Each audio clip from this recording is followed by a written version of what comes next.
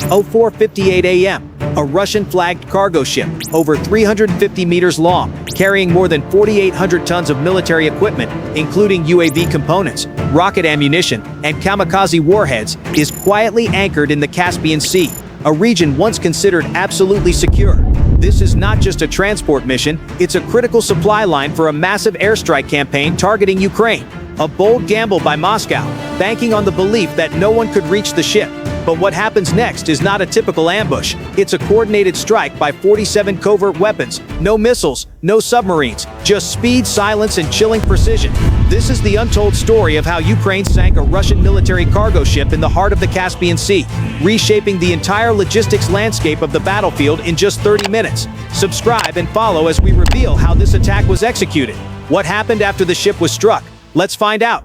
The inland waters of the southern Caspian remain shrouded in thick darkness. On the calm surface, the massive Russian cargo ship Vostok 218, over 350 meters long with a nearly 5,000-ton capacity, silently glides past its 17th anchorage point. No signals emitted, no unnecessary noise. On deck, steel containers are sealed and welded shut. Inside lies a vast arsenal transferred from Iran and North Korea. UAV guidance modules, mini-jet engines, 122mm ammunition, kamikaze warheads, AI-integrated components, and next-generation infrared sensors.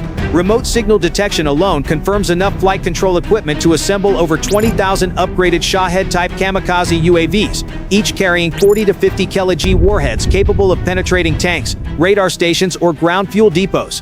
All are headed straight for Ukraine's eastern front in less than 5 days. Moscow believes the Caspian is a safe buffer zone. No NATO, no US satellites, no long-range Ukrainian missiles can reach here. But they overlooked one thing. Not every weapon needs to move fast, and not every attack needs to launch from the ground. At the same moment, over 700 kilometers to the northwest, in an underground bunker in Kharkiv, 4 operators are reviewing final signal chains. On the command screen, a diagram displays 4 attack vectors, with altitude layers, speeds, and atmospheric temperatures calculated to the second.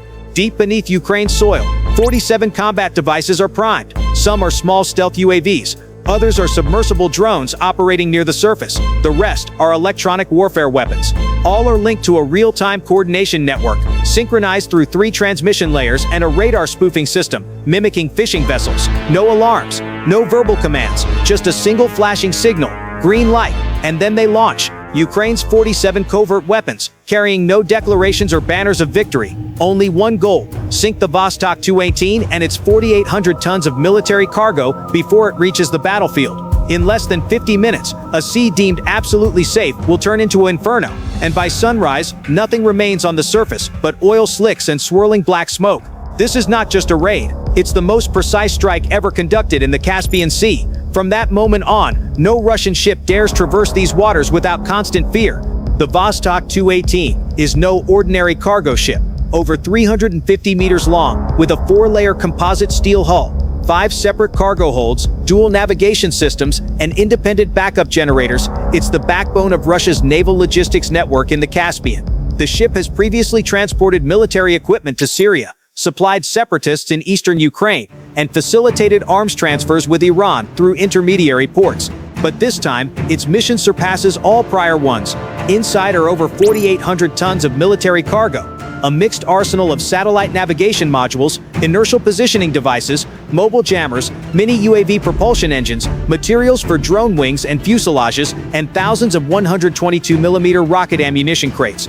Thermal imaging analysis from satellites and intermittent microwave signal data from the ship suggests the equipment is sufficient to assemble over 20,000 upgraded Shahed-type kamikaze UAVs, capable of piercing armor, disabling counter-battery radar, targeting energy infrastructure, or sowing chaos across frontline cities. The cargo's origin traces back to a semi-public assembly facility in eastern Tehran, Iran, transported by road through Azerbaijan to the port of Aktau, Kazakhstan, then legitimized with civilian paperwork and loaded onto the Vostok 218 at Russia's Astrakhan port. Moscow deliberately chose the Caspian Sea route, believing it was entirely beyond Ukraine's reach. The Caspian is a closed sea, not directly connected to the ocean, with no official NATO presence. Historically, it has been a secure rear area for covert resupply and training. Loading was conducted at night under strict surveillance, with the ship's AIS automatic identification system completely disabled. For the first 36 hours of transit, the Vostok 218 emitted no radio signals, no radar, no satellite communication, no deck lights, just a massive steel shadow gliding silently across calm waters. But this silence became an anomaly to Ukraine's electronic reconnaissance network. SIGINT devices covertly embedded along Georgia's coast and Armenia's highlands detected faint background signals, low-frequency electromagnetic interference from the ship's liquid fuel cooling system, absent in civilian vessels. Simultaneously, commercial satellites from Switzerland and South Korea captured thermal images of the central Caspian at around Bedrio 1:20 a.m., revealing a structure matching the Vostok 218's dimensions, anchored 14 nautical miles off Turkmenistan's southern coast. The diameter of the heat column rising from the deck's exhaust pipes was clear evidence. The ship's engines were running on low power, indicating it was not just anchored, but holding a stable position for potential transfer. Russia's operational map in the Caspian revealed another suspicious detail. In the 72 hours prior, all naval patrol vessels and coastal rescue fleets were redirected far from the Vostok 218's path. A silent corridor over 200 kilometers long, free of civilian ships and official traffic, was established in the dark. This was a gray corridor, a covert maritime route created through administrative maneuvers, fake signals, and silent coordination between Russia, Iran, and Azerbaijan. Internal documents analyzed by Ukrainian intelligence dubbed this plan Smoke Springboard, a massive, urgent, and risky resupply operation to deliver tens of thousands of UAVs to Russia's frontline forces in days. If successful, Russia would regain air superiority. Ukraine's air defenses would be overwhelmed. Eastern cities would face relentless kamikaze attacks. The entire front could collapse. But if it failed, if the ship sank, not only would the cargo turn to ash, but Moscow's logistical ambitions would take a direct hit.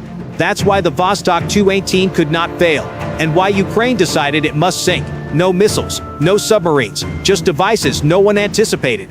In a concrete bunker, 60 meters underground on Kharkiv's outskirts, a dim green warning light glows on the central control panel. Rows of screens display 3D maps, meteorological data, Caspian hydrological simulations, and the Vostok 218's real-time path. Technicians and commanders in EMF-resistant coats, wearing lead-lined headsets, keep their eyes fixed on red orbital paths, updating live. On the coordination board, a title stands out: Operation Blue Eye, Activation 03. No one speaks. They've been waiting for this moment for 48 hours. Unlike long-range missile strikes or armed UAV raids, this operation has no ballistics, no roaring engines, no satellite signals Russia could detect. Instead, Ukraine deploys a never-before-seen arsenal, blending stealth devices, semi-submersible robots, electronic warfare tech, layered communication systems, and custom kamikaze drones designed for close-sea combat. A total of 47 units, categorized into 4 roles: attack, penetration, disruption, and support. The main force consists of 30 UJ-27R UAVs, with a 750-kilometer range, equipped with semi-penetrating explosive warheads, GNSS plus inertial TAO tracking navigation, and heat-dispersing composite shells. Each flies at 50 to 200 feet, averaging 160-kilometer range, low enough to hug the sea's terrain and evade traditional ground radar. Each UAV can self-navigate, adjust for jamming, and if needed, strike without command signals. 8 NG-9 semi-submersible robots, shallow water attack units, are deployed from Azerbaijan's western coast by a special forces team disguised as fishermen. The NG-9s travel 1.5 to 2.5 meters below the surface, carrying hollow core penetrating warheads designed to breach ship hulls, programmed to navigate via active sonar and the ship's magnetic field. They don't rely on GPS. Once close, they latch onto the hull and await remote detonation orders. Additionally, 4 Vantek 7 electronic warfare units positioned in the southern desert generate low-altitude jamming and spoof radar ghost images across the Caspian sky. From afar, they mimic a fleet of civilian fishing vessels moving parallel to the Vostok 218's area, diverting any silent defense systems. The remaining 3 mid-altitude relay UAVs, at 1,500 feet, maintain connectivity between the sea, semi-submersibles, and Kharkiv's command center. They form the backbone of a meshed signal network, enabling all 47 devices to operate as a unified force without satellites. At 02:15, the first Vantek 7 radar signal is transmitted.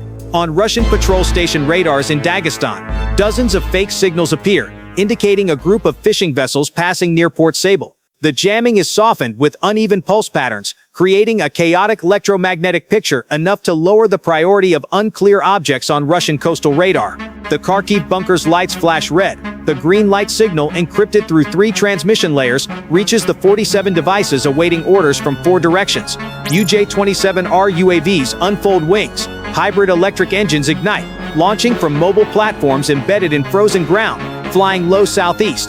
The NG-9 surface near Iran's coast and silently approach the Vostok 21. The attack splits into 4 groups. Group 1 10 UAVs approaches from the southwest, targeting the engine room, exhaust and auxiliary power. Group 2 8 UAVs arcs from the northeast, aiming for the command bridge, antennas and communication systems. Group 3 8 UAVs plus 4 NG-9s strikes from due south, hitting the explosive-laden cargo hold, the hull's thinnest section. Group 4 high-speed kamikaze UAVs skims the surface, tasked solely with detonating around the ship to block Russian rescue efforts. All devices maintain radio silence, responding only to direct calls. At 25 kilometers from the target, UAVs lower altitude, enhance automation, and activate optical guidance. The Vostok 218's image, pressure valves, cargo hatch access, propulsion shafts, and vents, is preloaded into navigation chips. At hour 4:25, the first UAV group enters Russia's radar blind spot, shielded by low clouds and Vantek 7 jamming. At 60 feet above the water, engine noise blends with waves and wind. A lead UJ-27R approaches the deck from the 4 o'clock position, signaling the group to fire in sequence, spaced no more than 3 seconds apart. Simultaneously, the NG-9s, after over 3 hours underwater, reach the ship's hull, latching on with electronic hooks and arming delayed detonators. All 47 devices are in position. The Vostok 218 remains silent. Russian radar detects nothing. In the calm southern Caspian waters, the Vostok 218 holds its fixed coordinates, engines on low, no lights, no radio signals. On deck, most of the crew is off shift. A few engineers perform routine maintenance in the engine room. None know that in minutes, the ship will become a waterlogged wreck. No 5-1. The first drone strikes. A UJ-27R dives from 80 feet, its semi-penetrating warhead piercing the auxiliary engine's air duct. The explosion is modest, but a 30-meter flame engulfs the main electrical wiring, crippling the cooling system. Pressure spikes. The backup generator fails 4 seconds later. No 513. 3 more UAVs hit the starboard side. 1 strikes the engine control room, 2 others shatter the deck's protective steel. An explosion tears a 6-meter gash near the waterline. Sudden pressure shifts warp the inner hull. Seawater floods cargo hold. 2.0506. The NG-9s detonate their delayed charges after latching to the hull. 2 blasts, 12 meters apart, fracture the central keel. The Vostok 218 tilts 3 degrees to port. In the control room, water level gauges flash red. The chief engineer orders emergency pumping, but the system is powerless, forcing manual operation. The second wave begins. 5 UAVs target the bow, hitting the command bridge and communication antennas. An explosion collapses the main radar mast, blowing out the HF antenna on the control cabin. Glass shatters, control panels burn, and all communication is severed. The captain attempts an emergency radio call, but all channels are dead. The ship is blind and mute. Row 513. Pressure and cargo hold 2 exceeds safe levels. The bulkhead valve fails to close. Hold 3 floods in a domino effect. The midsection buckles. The screech of twisting steel echoes from the deck like a wail. Burbage 17. The final kamikaze drones arrive. 4 ultra-low flyers streak from the east and south, slicing the sea like invisible spears. 2 hit the stern, where lifeboats are being lowered, creating a 40-meter firewall blocking rescue access. The other 2 detonate at the bow, disrupting approaching rescue craft. Shockwaves force them to retreat. Of 521, the ship tilts 18 degrees to port. The stern is fully submerged. Fire spreads from the engine room to cargo hold. A secondary explosion from the UAV fuel storage shakes the hull. Black smoke swirls, carrying scorched metal and wiring. Of 526, the Vostok 218 splits at its weakened midsection, where NG-9s carve deep from below. The bow rises 20 meters before snapping. Surviving crew leap from the deck, some into the sea, others into flooding compartments. 0529. The ship's AIS vanishes from Russian naval radar. The Vostok 218 sinks beneath the Caspian, taking over 4,800 tons of weapons, ammunition, and Russia's hopes of dominating Ukraine's skies with kamikaze drones. In under 30 minutes, with no missiles or warships, 47 invisible weapons perform a deadly symphony, obliterating a Russian logistical cornerstone. From that moment, the Eastern Front shifts. By 1430 that day, commercial satellites from Europe and Japan's SR satellite cluster confirm the Vostok 218's wreck lies tilted on the Caspian seabed, 18 nautical miles off Turkmenistan's west coast. A plume of black smoke still rises from the surface, marking the grave of one of the largest military cargo ships ever in the region. The outcome is undeniable. Over 4,800 tons of military equipment, equivalent to over 20,000 unassembled Shahed kamikaze UAVs, 900 tons of explosives, and navigation gear never reaches the front. With a single strike, Ukraine erases weeks of Russian resupply without firing a missile. Beyond material loss, the sinking of the Vostok 218 triggers a psychological and strategic ripple effect. Within 48 hours, all Russian military transport ships in the Caspian are rerouted, and ports in Makhachkala and Astrakhan cut operations by 60%. Hundreds of civilian ships disable AIS, change names, or falsify nationalities to avoid becoming the next target. International maritime insurers raise the Caspian's risk level to 4, on par with the Red Sea during ballistic missile attacks. Caspian coastal nations like Kazakhstan, Iran, and Azerbaijan hold emergency meetings, fearing their once neutral inland sea is now a battlefield. Yet amid the fire and pressure, a clearer message emerges. Ukraine targeted weapons, not people. The UAVs spared lifeboats after the ship began sinking. No second strike hit rescue vessels. Escape routes remained open.